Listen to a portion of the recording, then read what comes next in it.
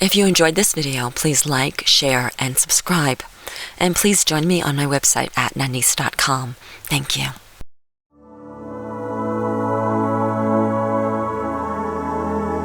It's your time for Chai with Nanice.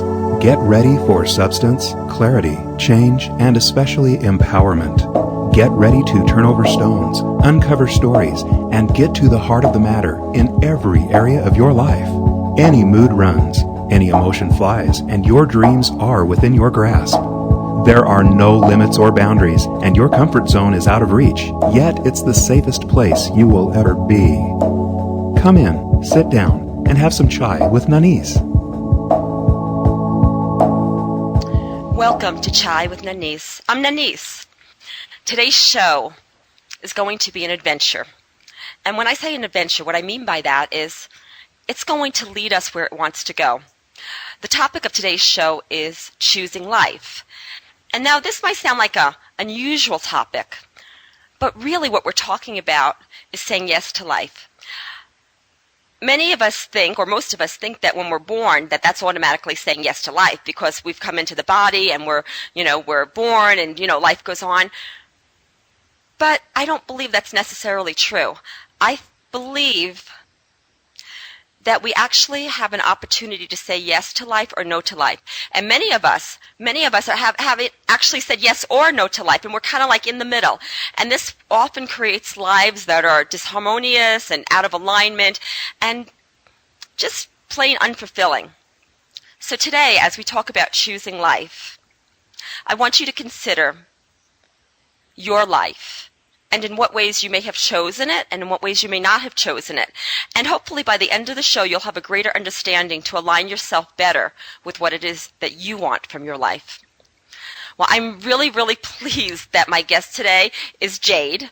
And for those of you who have been listening to the show, Jade has been on the show before. She is a musical artist. She is a massage therapist, a hypnotherapist. She is an author, and she is just one of the most amazing people that I have ever known. And today we are going to chai about choosing life. Jade, are you there? I'm here. Thank you, Nanice. Thank you. Thank you. It was interesting because, often before a show, I start thinking about, what direction do I want to go in? And, my guest also starts thinking what direction they want to go, and we usually connect a little before and say, okay, we want to go in this direction, then just let it evolve. But I know that both you and I really haven't given any thought to the direction, how we want this show to go. And so when I said, an adventure, really that's what we're talking about. We're talking about an adventure that, for the next 50 minutes or so. Yeah.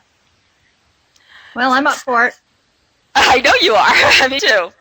So I'd like to share what prompted this particular show, and I would love for you to share your experience. I'll share mine first. And that is, as you know, Jade, about a week or so ago, I found myself lost in the woods, and a storm was coming. It was very, very cold. I was sick. I had some kind of bronchial thing going on, and the sun was going down. Didn't know which way I was to get back to where I started from, and I should mention I was all alone. There was a flash that happened inside of me, and that flash was my life. I saw that if I went the wrong way, that I could be lost. I could, just fall down, weak, die. I actually saw my whole life flash in front of me. And in that moment, I chose life. I didn't want to die. I chose life. And so even though I turned the right way, there was still a part of me that just was like, I choose life. And I even started screaming out, I choose life, I choose life, I choose life. But it seemed like nothing was answering me, that it was something like, it's not enough just to say those words, that there needed to be something that I give to life in order to symbolize that I actually do choose life. And it was a very interesting time. The experience actually lasted for several hours, where I was trying to figure out what it was that I need to understand, what it was that I need to do in order to really choose life. And this whole process evolved for me, where I saw all the areas in my life, my whole 45 years, where I never really chose life. Yeah, I've been living, and I've been doing pretty good at it, but I never really looked at my life and chose to live my life. And in those few hours, I did a whole reassessment of my life and realized that I was missing so much because I never really chose my life. And that was where the possibility of death arose. Whether it was a physical death, which I actually did see that, or whether it was more metaphorical death because I'm not living my life, it didn't matter. I knew in that moment that somehow I needed to make a change inside of me and that I needed to say yes to life for the first time. And it was a very profound experience, and since that moment, my life has been completely different. Every moment is completely different. And what's also interesting about this experience is that I know you had a similar experience just a week or so before that. Isn't that right? That's right. Yeah. Yeah, that was, it wasn't my first chance to say yes to life. I've had several, and it just seems like periodically there's, a window of opportunity that opens for me, and I get to choose in or out, and sometimes I'm conscious of it, and very conscious of it, and sometimes I'm not. But in this case, I was hiking up. I was in Zion's, and if anybody's ever gone up to Angel's Landing, it's a pretty steep mountain there, and just gotten up to the top. And I don't know what that area is. Is the bridge that goes across from the main landmass to the Angel's Landing? Yeah. Is that what it is? That bridge area? Yeah, but I think you were above the bridge. You were towards the top. And I should also mention for our listeners that about 5 or 6 people fall off Angel's Landing every year and die. So the threat was real. Yeah, and so so how it happened is I was with a group of people. I really just heard in my head that it was I needed to go alone, and people were sitting around, and really when I went there was just one guy coming off the pretty steep area. There was no other soul on there, and I started walking on it, and as I was walking on it, I started to think, wow, this is how I do my life. Every little thing I noticed, where I stepped, or if I held on to the chain, or if I went off to the right or the left, I kind of noticed that was my life. And as I was on there, I noticed I started to get a cold because I left my jacket somewhere and didn't have it on me, and I really started feeling extremely vulnerable. And it kind of reminded me of the Stairway to Heaven. It's ironic since it is Angel's Landing. And so I was climbing the Stairway to Heaven and thinking about that. And then all of a sudden this really odd thing happened to me. I was literally asked, "Do you want to stay here, or are you ready to go?" And it was it was quite emotional for me, because I got in that minute, I was being given an opportunity to stay or go, and I've really just kind of been excited to move ahead and leave this planet. I've been excited for ascension or whatever's next, and so for me, I knew exactly what I was being asked. I flirt with the idea of I wonder what it'd be like to move on, right? And so I knew exactly what was happening. I knew I was being asked, and it was literal being asked. Felt like it was the mountain that was asking me, and the mountain, the mountain's that mountain's pretty steep, and so I what happened for me is I asked, when I was asked that question, I looked into my life, and as all I could see is my 11-year-old son. And I really got that was a choice for me, and I said, I want to live. I'm not done with my life. I want to be here. And then I realized that I could live, but I would have just fallen off that cliff, and nobody would have known if I would have said, yes, I choose, I want to go now. I would have just fallen off that cliff. Believe me, it's a very steep cliff and a very narrow path going up there. And I was so shaken after I had that experience that I just I was just like, wow, that was the implication if I said no, the implication right there, Right. This is it. So, so it was an amazing experience, and what it did for me, it really woke me up, not only to be here right now, okay, so I'm going to be here now. I'm not going to be wanting to be somewhere other than where I am. I'm going to be here now. And we always have to remember that, because we're always at the grocery store when we're talking to somebody, or you know how that is. We're just kind of not present sometimes. And so it's for me, that's kind of my mantra, is to be here now. And also another thing came up for me after that. It was I chose life in that day, and what's been coming up for me is choosing myself in this life. So because a lot of times we don't choose ourselves, and I think it's really powerful to choose. Not only choose life, but choose what we have in our life, our partners, ourself, whatever that is. I think it's freeing. So, yeah, that was my brush with death recently. So, yeah. What's interesting is that it presents itself as such an opportunity.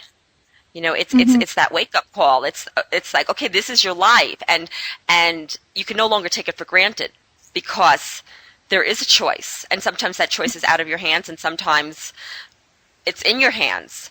But nonetheless, it's your life. Yeah. Yeah, that's pretty big.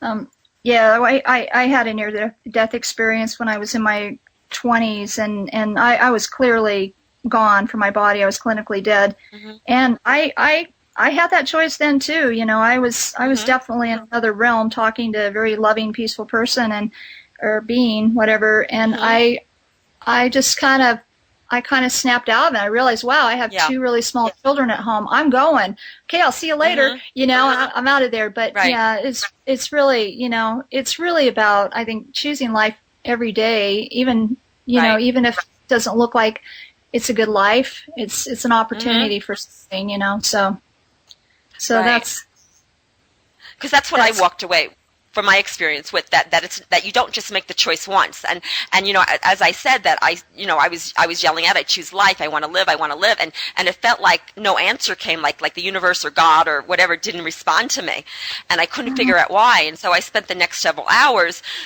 trying to convince God or the universe that I wanted to live, and then I got it, and what I got was that it's not a single choice that you make. It's a choice in every moment of every day. And most of us go through life with such amnesia that we're not even realizing that we're in our lives, or that our lives are this precious gift. We're on such automatic pilot that it's like that whole concept of my life and my creation just disappears. And I think that when we get to this place where we understand that life requires us to say yes to it and choose it, not just once, not just at birth, not just at a near-death experience, but life asks us to choose her every moment of every day, every experience, every conversation, every breath. There's a choice to be made. Yeah, I think it's really, I think it's really all about waking up again. I think it's really just about being present, waking up, because we go to sleep in our life just by just taking it for granted. We just always think we'll always be here. We are every single second. Anything could happen any second. We really could be hit by a bus, today, right? You just don't know. But we live like we're going to go on like this forever, and maybe we'll die when we're old, But yeah, we live like that, and if we live like we don't know, this is our life right now, and this is the moment we have. I think it makes a big difference. And then, of course, we don't always do that. I was thinking about this relationship I was in a long time ago, and it really struck me. It was one of my first real experiences with feeling like choosing life. I was in this relationship I really didn't care for, and I really dreaded it, and kind of didn't know how to get out of it. But anyway, finally ended up getting out of it.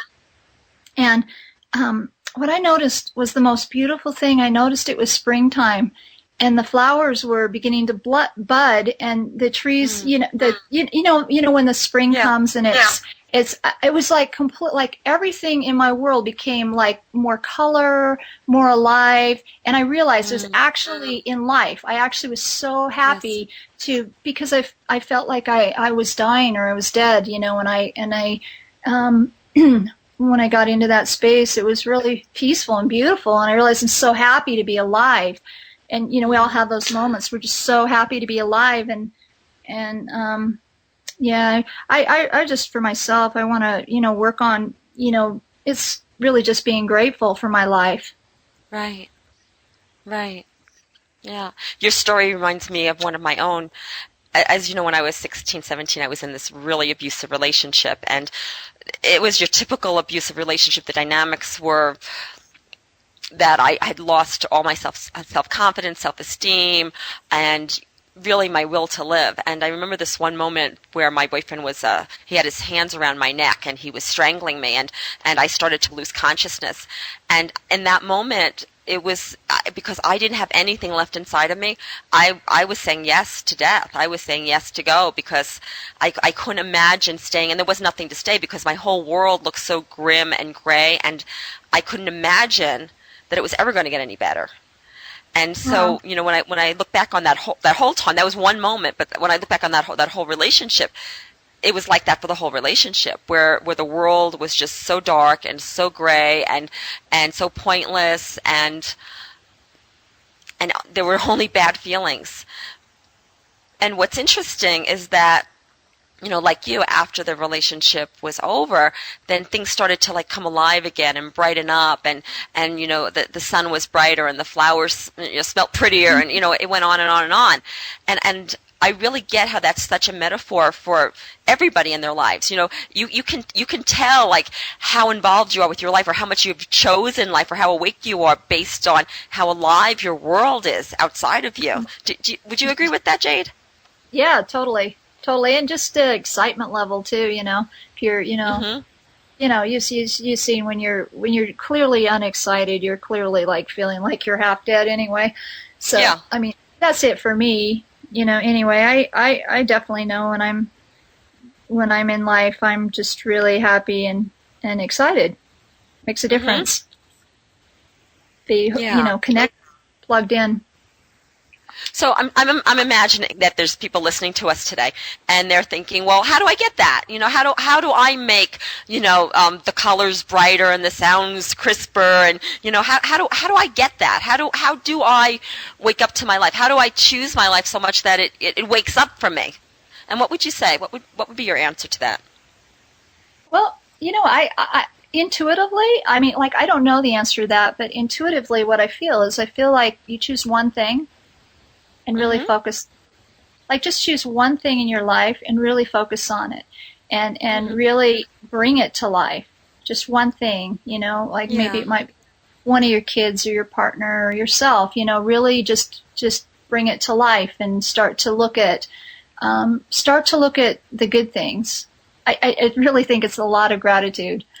And I think that's where this is going. It's really, you know, it's a beautiful day here in Salt Lake City. It's sunny. It's been a pretty dark winter, you know, and you know, that's one thing. It's beautiful. It's a beautiful day. It's one thing to grab onto, you know, or I'm healthy, you know, I'm healthy, and then you know, you start seeing that and you're like, wow, life's pretty good, you know. And there's times that it doesn't look that good, but there's, you know, as they say, there's always a silver lining around the cloud or whatever that is, right?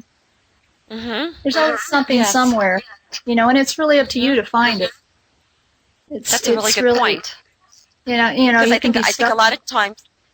I was just going to say, you can be stubborn and like say there's nothing, right? And just like totally get your back up, or you could say, okay, I know I'm in a bad mood. I know I'm being stubborn about this, and really there must be like one thing I can find. You find one thing, you find another thing, then you find another thing. You're like, wow, oh, my life's pretty good. Okay, right. I can see what's going on here. You know, that's what I would say. What would you say? Oh, good question.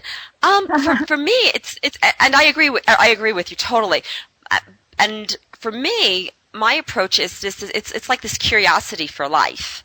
So I don't necessarily like find like what's right, because for me it implies that there's things that are not right. So instead of like looking at what's right and what's not right, I just wake up in a fascination. And what that looks like, so you know how like at nighttime you have lucid dreams, and for those listening who don't know what lucid dreams are, it's like you're having a dream and you're dreaming, and so everything that's happening in the dream, you're aware that you are the dreamer of the dream, and everything going around you is created by you. And so when I have those dreams, I'm like so curious. I am so fascinated, and I look around at everything, and I touch everything, and taste everything, and and I'm just, my senses are so alive because I know I'm in this dream, and I become just very, very touchy feely, and I just want to experience everything. And so for me, that's what I do with my life. So it's like I'm living in a lucid dream where I'm like, wow, this is amazing. So no matter where I am, even if it's not the most desirable thing, there's still this amazement. And I'll give you an example. Right before the show, I was coming home with some Jamba Juices from my family, and took a little bit of a sharp turn, and 4 large Jamba Juices went flying. Nice. Chocolate and Caribbean Passion and peanut butter, and yeah, all over the car, all over.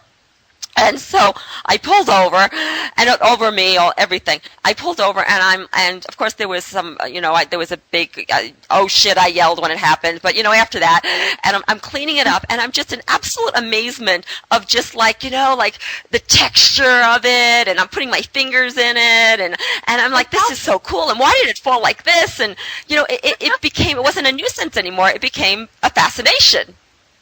And you probably saw some new colors. I probably did, right?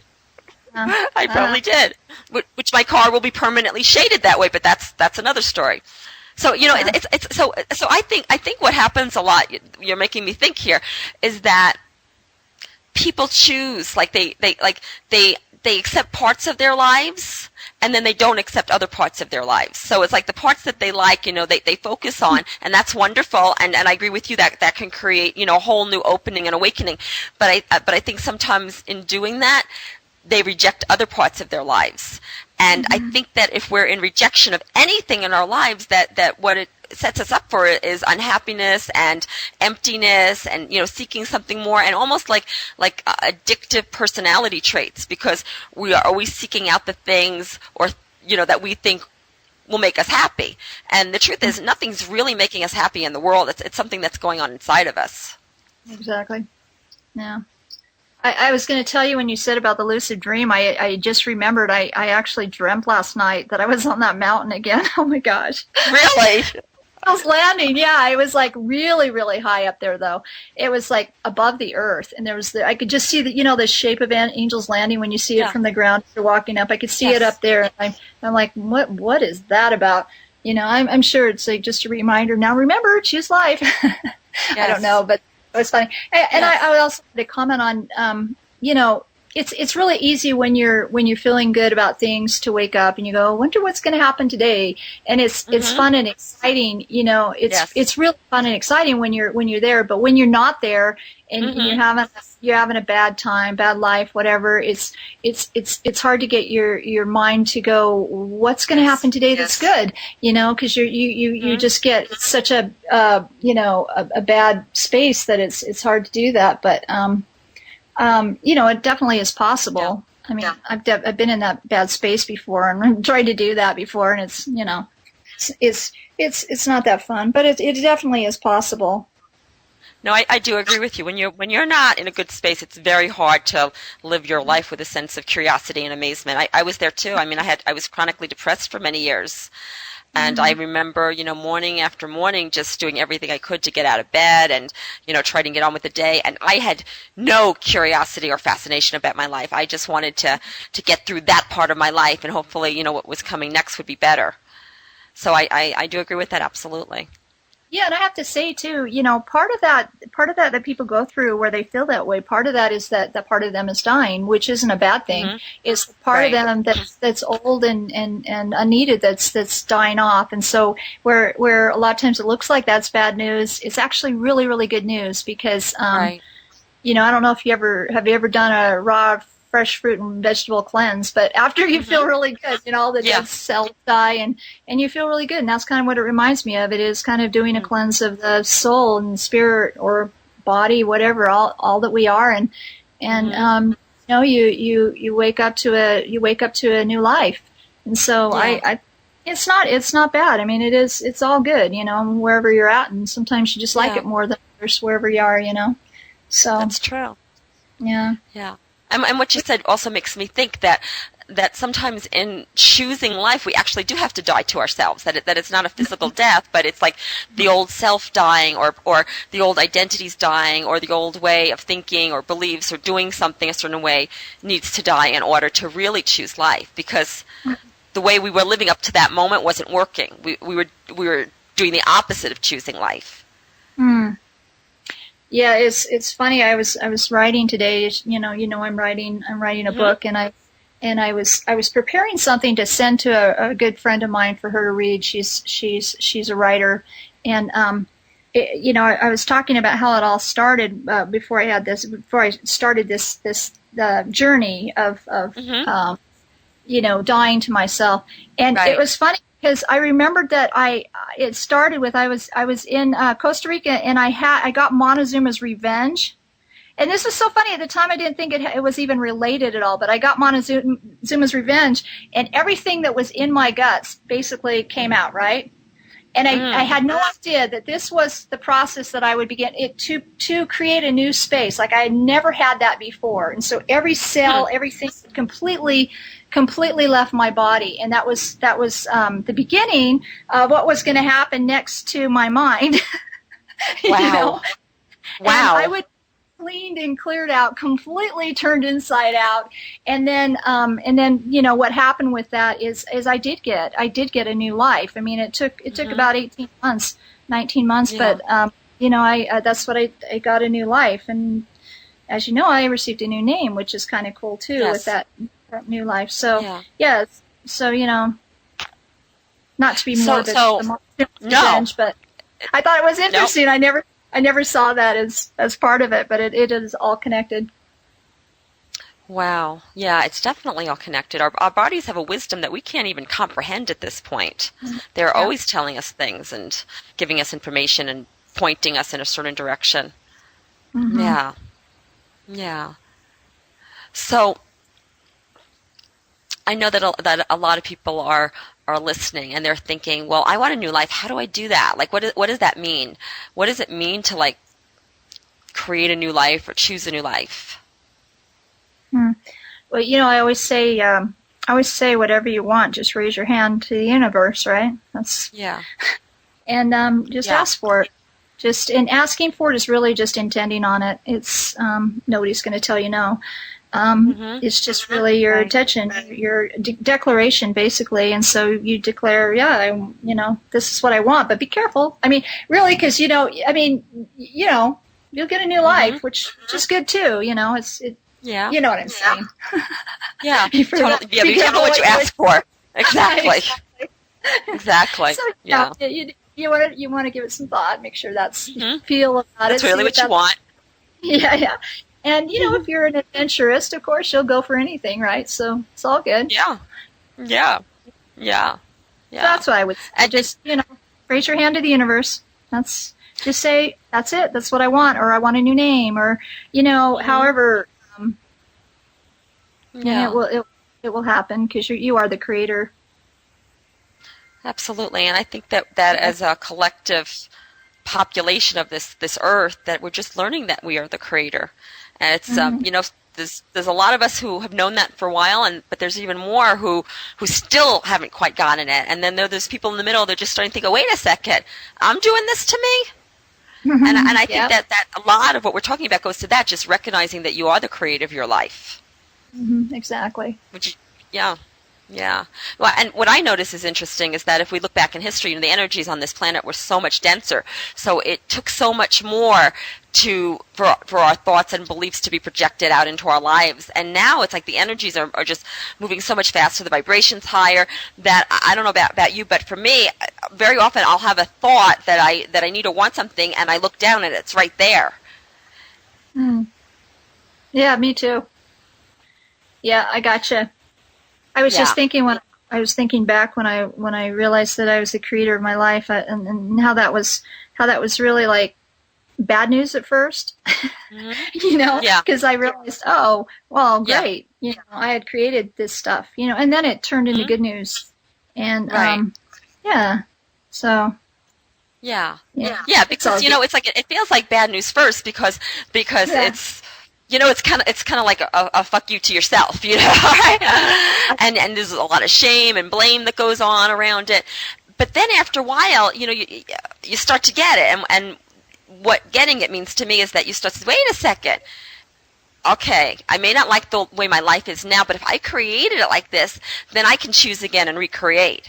And that's the really exciting part. I tell my kids all the time that whenever they blame somebody else, so if they're having a fight with each other and, Travis did this to me or Clay did that to me, what I always point them back to is the fact that as soon as they say it's someone else's fault, that they give their power away to that person.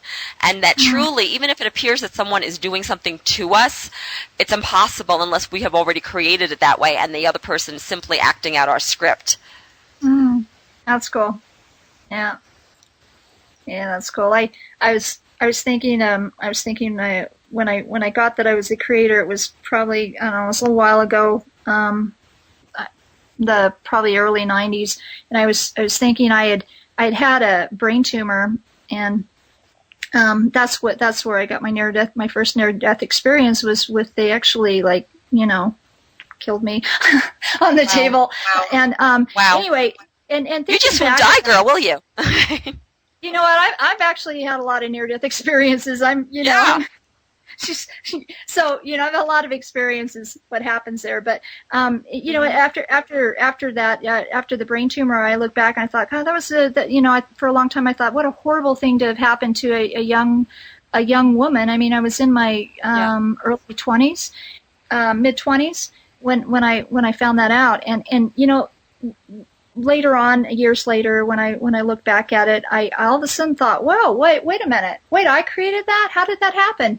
And I tell you, I looked at that and I could really see how it could have possibly happened. With my thoughts, what my thoughts were at the time, and just the confusion, and I can see why the tumor was where it was in my brain. And the optical centers, the things I didn't want to see, and I could see all that, and it was like, wow, I did that. And then, the good news is like, wow, if I can do that, if I can do that, I can also heal myself, too. And so, I became a healer at that point, started getting interested in that. And so, so. Yeah. So what would you say to somebody who says,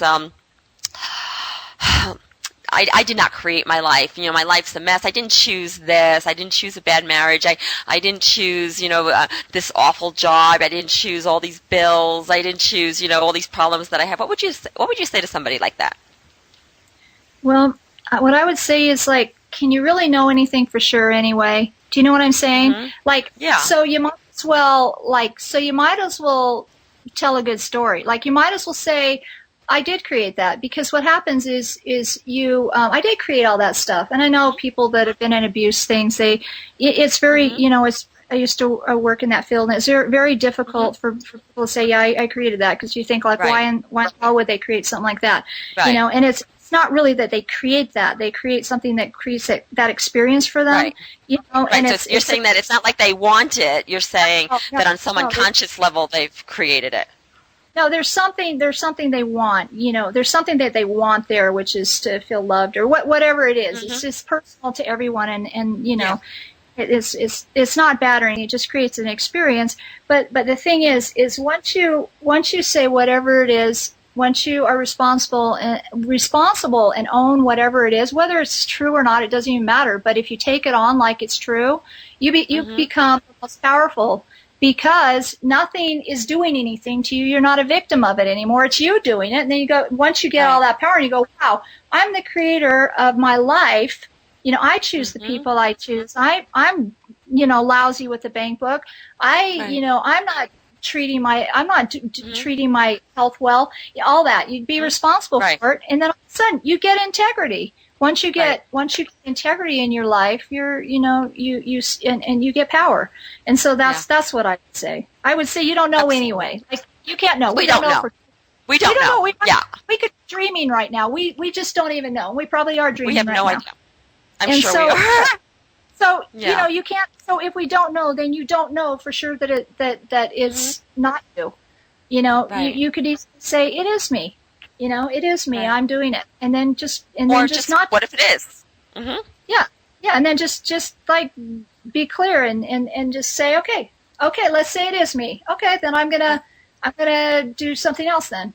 Good for you. You know, that's what creates you know, transformation there. So Exactly. that's Well what said. Yeah. Awesome. Awesome. And you know, I think that it also brings peace when you finally get, or at least begin to try on, that you are the creator of your life. I remember something that happened to me. It was probably about 8 years ago. I had somebody get into my bank account and write all these fraudulent checks, and they were to, like, you know, and the checks were to, like, you know, this snowboard shop, and, you know, restaurants, and, you know, kind of like, you know, it wasn't like they needed milk for their babies. It was, they were out having a good time. And I remember I was on the phone talking to you know, somebody at my bank, and they were taking the report and everything, and the person on the phone said, you know, I talk to a lot of people who, you know, have had fraudulent charges on their account, and you sound really calm. And I said, well, what do you mean? And the person on the other end of the phone said, yeah, usually people are just, you know, blaming the other person, and, you know, and they're really angry, and you just sound really calm. And you know, can I ask you why? And I told him, I said, because I don't believe that anybody ever does anything to me, that on some level, somewhere in my unconscious or subconscious, that I have created this because of beliefs that I have, or, you know, some other unknown reasons. And in fact, I didn't even care if the person was ever even, like, arrested or charged or anything like that. I didn't need any retribution, because I didn't blame that person. They were simply playing their part in my play, as I was somehow playing my part in their play, and it all worked nicely together. And I'll tell you that, you know, if that had happened years before, I would have been felt really, because I had stuff like that happen years before, and I felt really powerless and out of control and depressed, and like I was a victim, and I didn't feel good.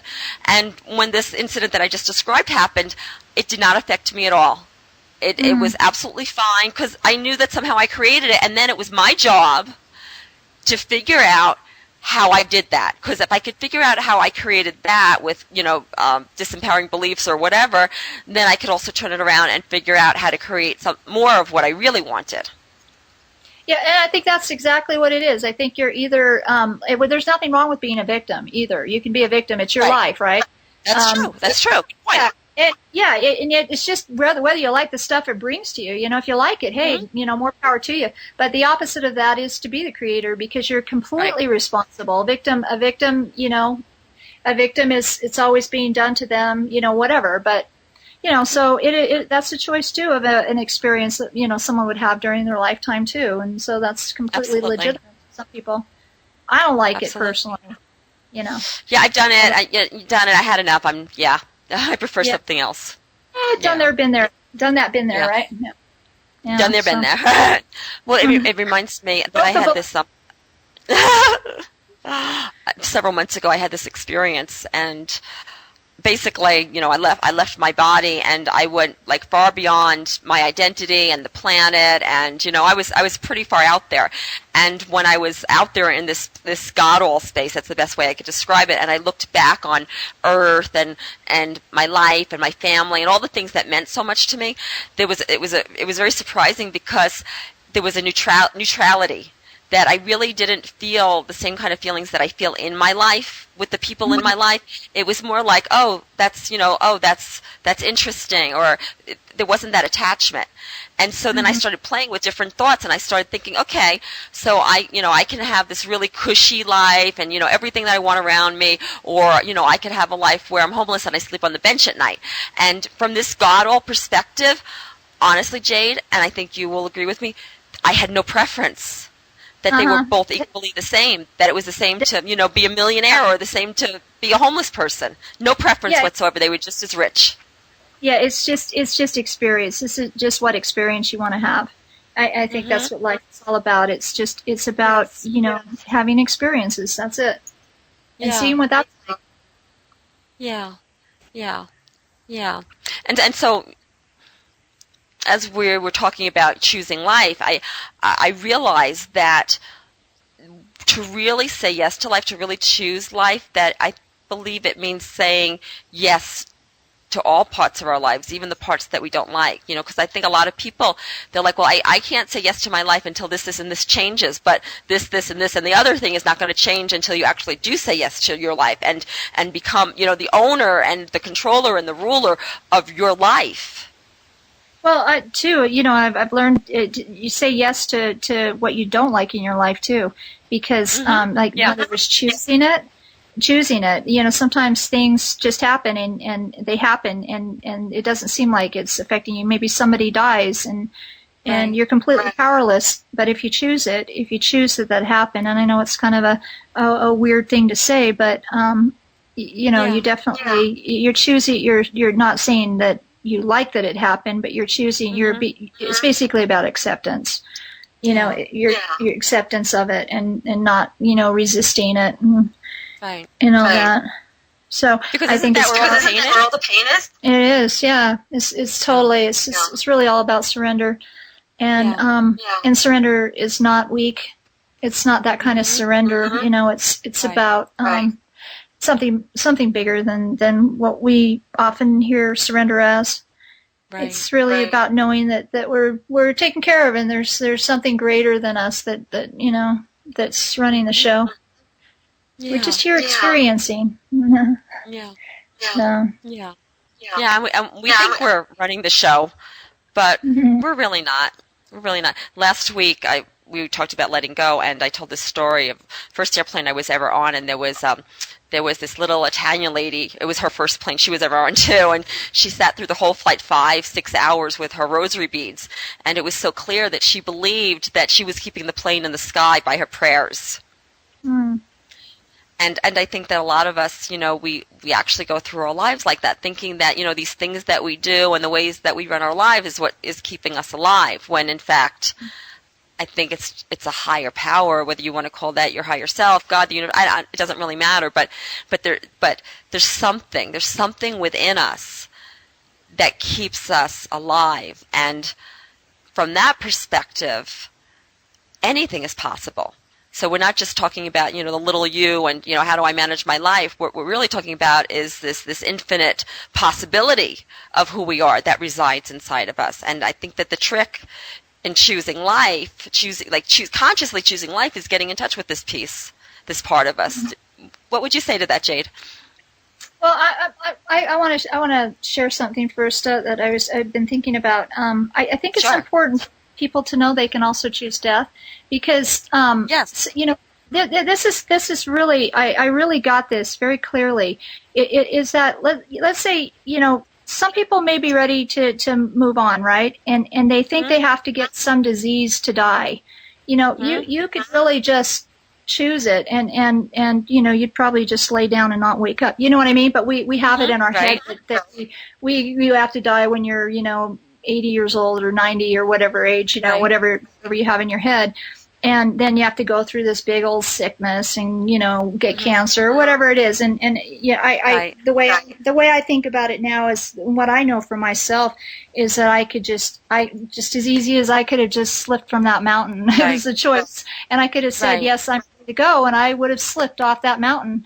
And, okay, so tell me what your question was. Sorry about that. I just wanted to share that. I don't remember now. That's okay. But what you said made me realize that it's like the way that we die. It's almost like we have to deserve death. It's like we have to be old enough, or we have to be sick enough, or we have to have something bad enough happen to us in order to die. And I've never thought about it like that before. Yeah, or lived a full life. You just struggled through your life. And. Yeah, and maybe that's just the thing. It's just a choice. It's the same as life is, death is too. And I don't really think there is death, but I don't either. Just other life. We're talking about leaving the physical form. And I totally agree with you that there's nothing wrong with choosing death. And I want to add to that I think a lot of people, when they think they're choosing death, somebody who's suicidal, they're really not conscious enough to make that decision. Mm-hmm. I think what they're choosing there is life in a strange way, like another life. Yeah. You know what I mean? Not dealing with their life, because I think pretty much anything could be cleaned up in someone's life, and it could be brought to beauty. It's just there's just maybe a big mess there that needs to be cleaned up. Who knows? Yeah. Yeah. Well, I worked at a crisis center, suicide outreach center, for about 7 years. And so I dealt with a lot of people who would call up and they were suicidal, and people who, had guns in their hands and knives and slashing their wrists. And I remember one man, he was going to jump off in front of a train, and I could hear the trains going by. And it was really interesting because the first thing you know that when somebody calls a crisis center like that is that there's a part of them that really doesn't want to die. Mm-hmm. And that they are looking for a way to choose life, and they just don't know how to do it, and they also don't know how to get out either. So it's like they're kind of like in this middle space, and I think that's the most torturous of all, where you haven't really chosen death and you haven't really chosen life, and you're just kind of like kind of being like a what word am I looking for? It's like you're artificial intelligence of the lowest kind, and you're not even involved in your life. It's like life is just doing its own thing, and you're along for the ride. Well, yeah, that's the thing. There's really a very small number of tools that person can deal with, and so to just think, okay, like I always think, a good time to leave. Like, let's take a relationship for example. Mm-hmm. I think. Let's say you want to move on from a relationship. A good time to do that is when you're both really, really happy, and you can both, you know what I mean. The relationship's over, but you're happy. You don't leave fighting. And it reminds me of suicide. Is you're leaving angry. You're it is a big fuck you, and that's what it is to everybody that's left. And so, I think that suicides, you can leave peacefully, not angry at the world, and yeah, I think that's what brings so much pain. Is there's not a lot of tools. There's not a lot of tools there to choose from. It's either, it's run away. That's it. That's the tool. It's run away. Right. Give me what I want, or I'm going to run away. That's it. So instead of so you got to teach people tools when they'd call in, right? Yeah. It was very, very interesting because you're right. Most people who were suicidal, they did not have the tools. They did not know how to move themselves out of a life that was causing them pain into a life that would bring them more joy. And I'll tell you that every single person, without a doubt, I said across the board, they had a feeling of being a victim. That something or someone or life was doing something to them, and they had no control over it. Mm-hmm. Here's the thing with that. Oh, go ahead. Go ahead. No, go ahead. I was just going to say, the thing with that, the feeling I get from that, none of this is true what I'm saying, but it's just it's just my feeling, and what I feel about that is I feel like a person that might be trying to escape life in that way and just do that. I feel like they would end up with the same situation again somewhere else. Yes. Instead of actually just being complete and not suicide, but just like, okay, I'm ready to move on, and then the body goes and the spirit goes, and then they go to a higher level. That's my feeling about it. That's my experience about it. But with suicide, I think that there's some things. I think there's some things to learn there. I think that we talked in another show. It really is. We are evolving. I mean, you can't not evolve, and so of course you're gonna have to go through every step. A child doesn't just get up and walk or run. Right. They have to go through every step before they get to a point. They're always evolving. Everything's always evolving. The flowers growing, or the grass is growing, or we're growing, whatever. It's always doing that. So you miss certain steps, and it doesn't work. And so yeah, I hear what you're saying. So this conversation's making me realize that there's always this choice. There's always this choice between life and death. That it's not just something that happens at different times in our lives, but it exists all the time. And it's like we're either moving more towards life, and what I mean by that is like a life that we love and is rich and, just fulfills us totally, or we're moving towards death, and death metaphorically being, just feeling numb and dead to yourself and, not happy in your life. And so, it's like I remember the old exercise ads, and it was something like, I don't remember what they are, but it was like, it's like either you're getting better or you're getting worse. Like you don't stay the same. And it's kind of like this with this choice between life and death. It's like you're either moving towards life or you're moving towards death.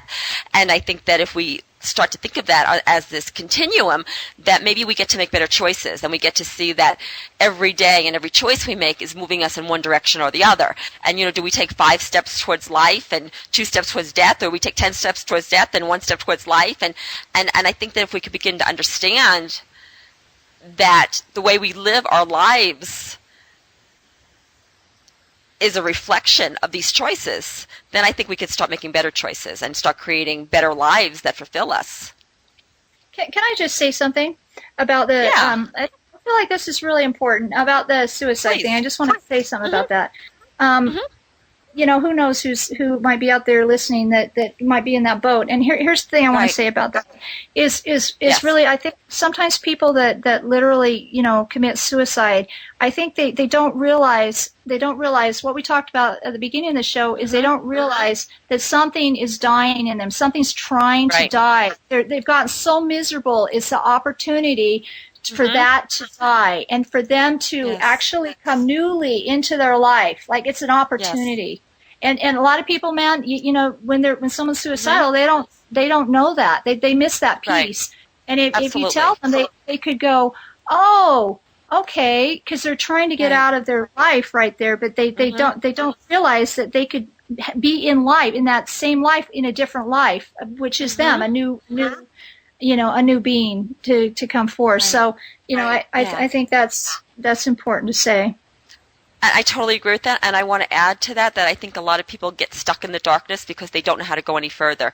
And my experience with working with people over the years is that if you can keep moving through the darkness, even if it seems to get darker and darker and darker, there'll be a point where that darkness does break through to light, and there's the new life or the new possibility. And that often means that a letting go is required, a letting go of the old self, a letting go of the old life, a letting go of the restrictions, the limitations. Something needs to be let go of in order to embrace and accept that new life. Yeah, I got to say, if anybody's in that place, I saw a movie one time. It's called Touching the Void, and it exactly that process. It's an amazing movie, and it's definitely what I went through in my process and went deeper into the darkness until you have no clue there's actually going to be light. And that's what the show is about, is someone deep in a mountain that got stuck inside the mountain and in a crevasse, and they had a broken leg. Is all they could do is go deeper because they couldn't climb, and they found light. So that Touching the Void, it's really an amazing movie. So it's meant a lot to me in my life. Thank you for that. Yeah, sure. Well, this was an awesome conversation. Thank you so much, Jade. And I think we gave a lot of people a lot to listen to today. So once again, thank you so much. It was fun flying by the seat of our pants, wasn't it? It's always fun to fly by the seat of our pants. Good thing we have pants, though. Yeah, except when it's not. Even then it is. Yeah. Well, thank you. Thank you so much. Have an awesome night. Yeah, Bye, Jade. You too. Bye-bye. So, do you choose life? I mean, do you really choose life? And the way that you know if you have chosen life or not is to simply look at your life. What around you is really working and brings you joy and happiness? And what around you is not working so good and just brings you a lot of misery and depression? When you can understand that your life is simply a reflection of what's going on inside of you, and what's going on inside of you is an indication of your choice to move towards life or to move towards death, either physically or metaphorically, then you get to take the power back, and you get to create the life that is asking to be created through you. And so today, as we close this show, I invite you to look at what it might mean to truly choose life. And choosing life means that you get to choose every moment of every day and not just the good ones, because when you are able to choose every moment of every day, then suddenly those moments that used to be really challenging and trying, suddenly they become the good ones too. And you wake up and you discover that every moment of your life is phenomenal because you have chosen it.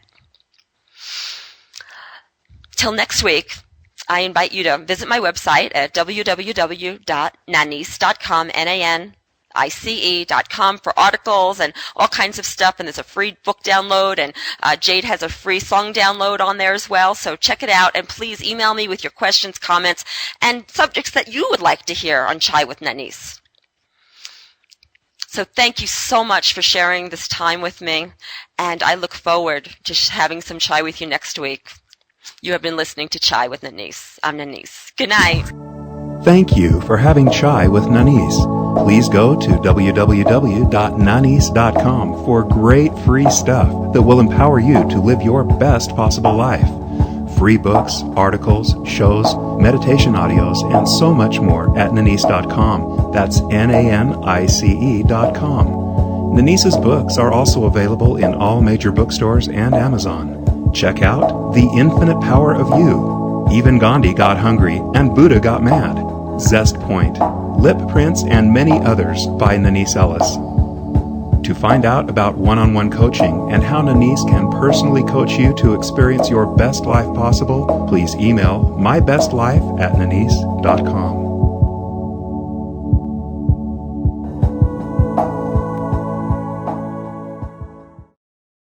If you enjoyed this video, please like, share, and subscribe.